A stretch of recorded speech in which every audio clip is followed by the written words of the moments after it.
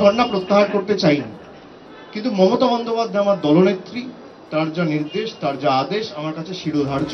তিনি ভেবেছিলেন হয়তো সৌজন্যতা দেখালে তারাও সৌজন্যতা দেখাবে, মানুষের টাকা ছাড়বে, কিন্তু বিজেপি সৌজন্যতা দেখানোর পাত্র নয়।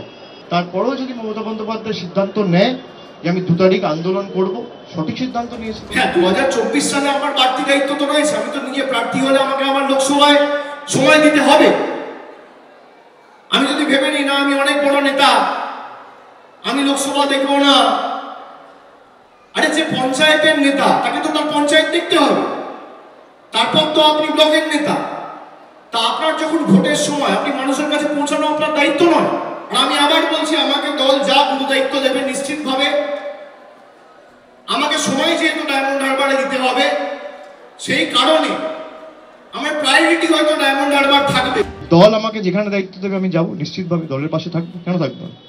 মমতা বন্দ্যোপাধ্যায় দলের সভানেত্রী, তিনি যেভাবে আমাকে কাজে লাগাতে চাইবেন আমি সবসময় আছি।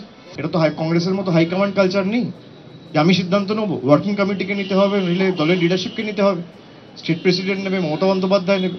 আমাকে যেখানে যে কর্মসূচি ডেকেছে আমি গেছি।